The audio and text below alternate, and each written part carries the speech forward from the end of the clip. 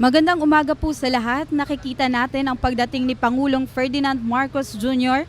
dito sa Araneta Center Terminal para sa inspeksyon ng implementasyon ng Service Contracting Program or SCP. Kasama niya din sa inspeksyong ito ngayong araw, sina Department of Transportation Acting Secretary Giovanni Lopez, Land Transportation Franchising and Regulatory Board Chairman Attorney Vigor Mendoza II at ang Terminal Manager ng Araneta Center Terminal, Mr. Ramoncito Legaspi.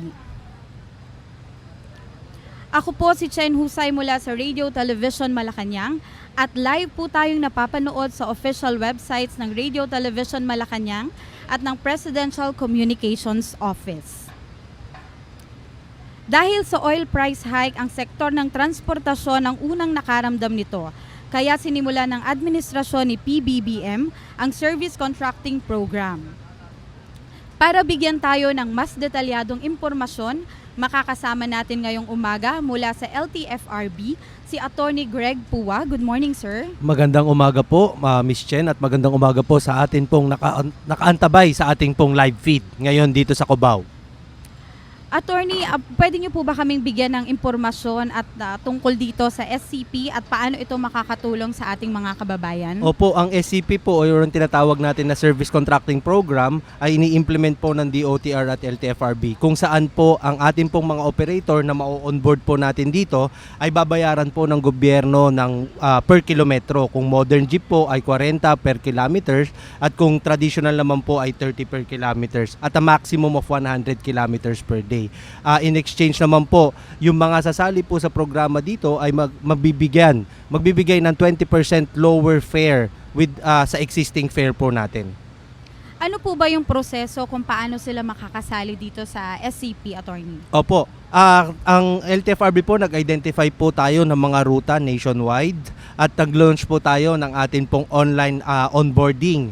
Ngayon po pupunta lang po ang ating mga operator sa online onboarding platform po natin na makikita po sa Facebook ng LTFRB kung saan ilalagay po nila yung mga detalye ng kanilang mga sasakyan. Tapos pagkatapos po nun ay magkakaroon na po sila ng QR code. Yung QR code naman po na yun ay gagamitin para po mai-report nila ang bawat biyahe po na kanilang gagawin. Sa nabanggit niyo po kanina, no, tulad ng nabanggit niyo kanina, may allocated financial support sa mga driver at operator. So 100 per kilometer kada bus unit para sa busway.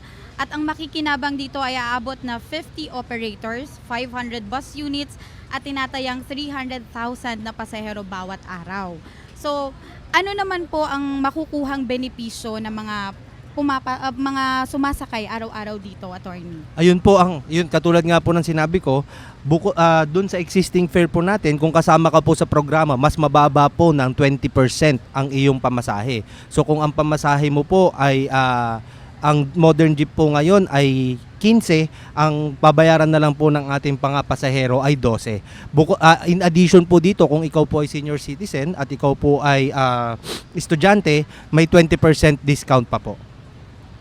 Okay, nakikita po natin sa mga screens natin ngayon ang pag-inspeksyon ni Pangulong Ferdinand Marcos Jr. sa mga electronic jeepneys. Ito po ay upang masiguro na ang mga enrolled units ay sumusunod sa requirements. Ilan na dito ay ang pagkakaroon ng tarpaulins tungkol sa programa at ang fare matrix. Attorney, matanong ko lang, paano po kung sakali na wala pong tarpaulins and fare matrix yung isang unit? Yun po, hindi po yun kasama. Ibig sabihin, hindi po babayaran ng gobyerno ang kanilang tinakbo at hindi rin po sila magbibigay ng 20% lower fare. So, ibig sabihin po, ang bawat pong bus or e-jeeps po dito ay markado, kumbaga. Tama po yun. Meron po tayong mandatory po ang paglalagay nila ng tarpaulin. Ngayon po, kung tumatakbo po sila at hindi nila nilagyan ng tarpaulin tapos maniningil sila sa gobyerno, isusokos po namin sila at pwedeng masuspinde at makansila ang kanilang mga prangkisa. Attorney, matanong ko lang din po, ano-ano po bang ruta ang cover nitong SCP? Ito po ba ay nationwide din? Tama yan, Miss Chen. Nationwide po ang ating ruta. Around 803 routes po yung atin pong na-identify. Importante po dito sa NCR yung mga feeder routes po kung saan yung mga dulo po ng mga jeep or nung bus or nung UV Express ay papunta po sa ating mga mass transits katulad ng LRT, MRT at ang ating busway. Meron din po tayo nationwide sa iba't ibang probinsya. Ang naging priority naman po natin dito ay yung mga modern jeeps at mga modern UV Express. Nabanggit niyo po kanina na meron kayong parang tinatrack ninyo yung mga e-jeeps, buses na kasama dito sa SCP. Paano naman po yung hindi sila nakaka-access sa internet? Meron po bang manual verification? Nagre-ready po tayo doon, nakalagay po sa ating guidelines na kapag hindi po posible ang pag-scan ng QR, pwede po tayong mag-manual. Pero ito po, makikita nyo po yung pagpasok po ni Presidente dito, meron pong QR code. Yan po yung ini-scan po ng mga inspektor, ng mga kasama sa programa. Bukod po dito, pwede rin po yan i-scan ng ating mga pasahero para mag-iwan naman po sila ng mga komento nila, whether maganda or hindi, para po sa mas makakapag-improve na serbisyo po sa ating mga publiko. Okay po. At ito po, matanong ko lang din po, syempre, concerned din ng mga operators and drivers kung papaano nila makukuha yung benepisyong ito from the government. Opo, kaya importante po yung sinasabi po natin na may scan nila yung QR code kasi yung QR code po nila ay unique sa bawat sasakyan na kasama po dito sa programa. Pagka-scan po nila, after 1 day po, ipoproseso na po ng LTFRB at idedeposito na po namin yung kanilang kabayaran doon sa araw po na yun. Kunwari po ngayon, Lunes, ang target po natin dito, by Wednesday or Thursday, mababayaran na po ang ating mga operators. Yun naman po ay direkta po ba sa operators or direkta po sa drivers? Direkta- Paano po ang kalakaran? Direkta po ito sa mga operators, sa bank accounts po ng operators kasi ang mga naka-onboard po sa atin ay yung mga operators po. So kumbaga po, ang operators na ang bahala na mag-distribute noong pong subsidy from the government doon sa kanilang mga drivers. Tama po yun. Sila na po ang bahala kung paano po magiging hatian nila doon sa binayad po ng gobyerno sa kilometrong tinakbo po nila. Para lamang po malinaw, meron pong rates para sa program na ito. Inuulit lamang po namin, 100 per kilometer for EDSA carousel, yung mga public utility buses. 30 pesos per kilometer naman, maximum of 100 kilometers for traditional jeepneys and UV Express. 40 pesos per kilometer naman, maximum of 100 kilometers for modern jeepneys and UV Express, at 82 per kilometer, maximum of 100 kilometers for city buses. Tama po yun, Miss Chen. Tama po. Magkano po ba ang naka-allot na budget natin dito, attorney? Sa ngayon po, ang nakalaan po ay 800 million.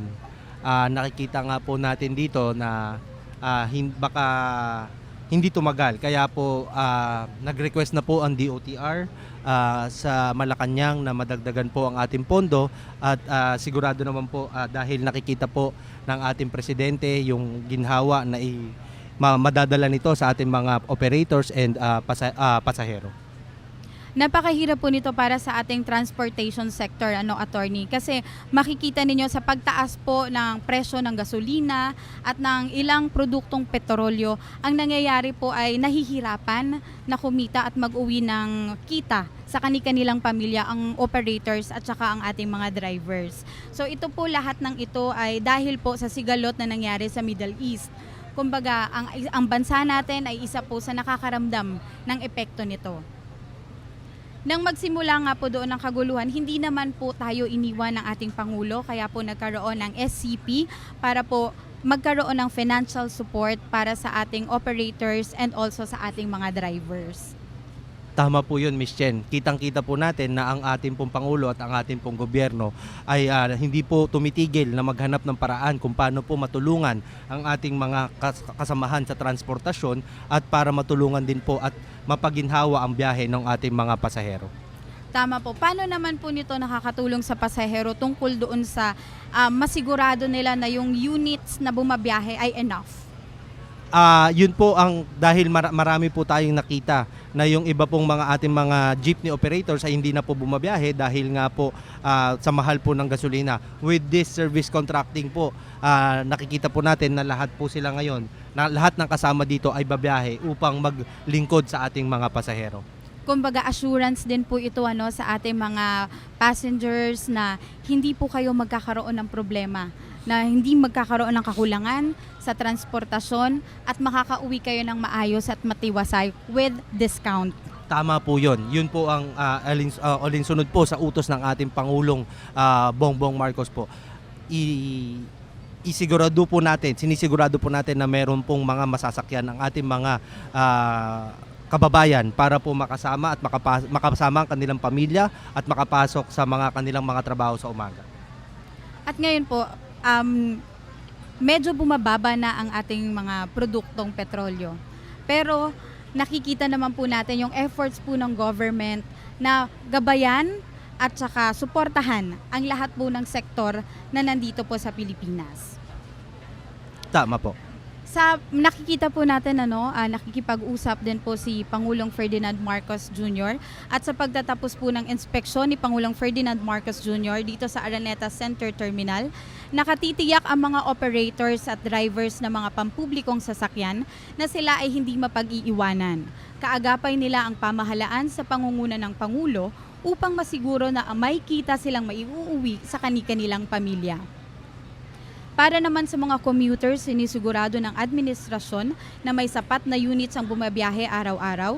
Ito ay patunay lamang na ginagawa lahat ng ating Pangulo para tuparin ang kanyang pangako na sa bagong Pilipinas, walang Pilipino ang mapag-iiwanan.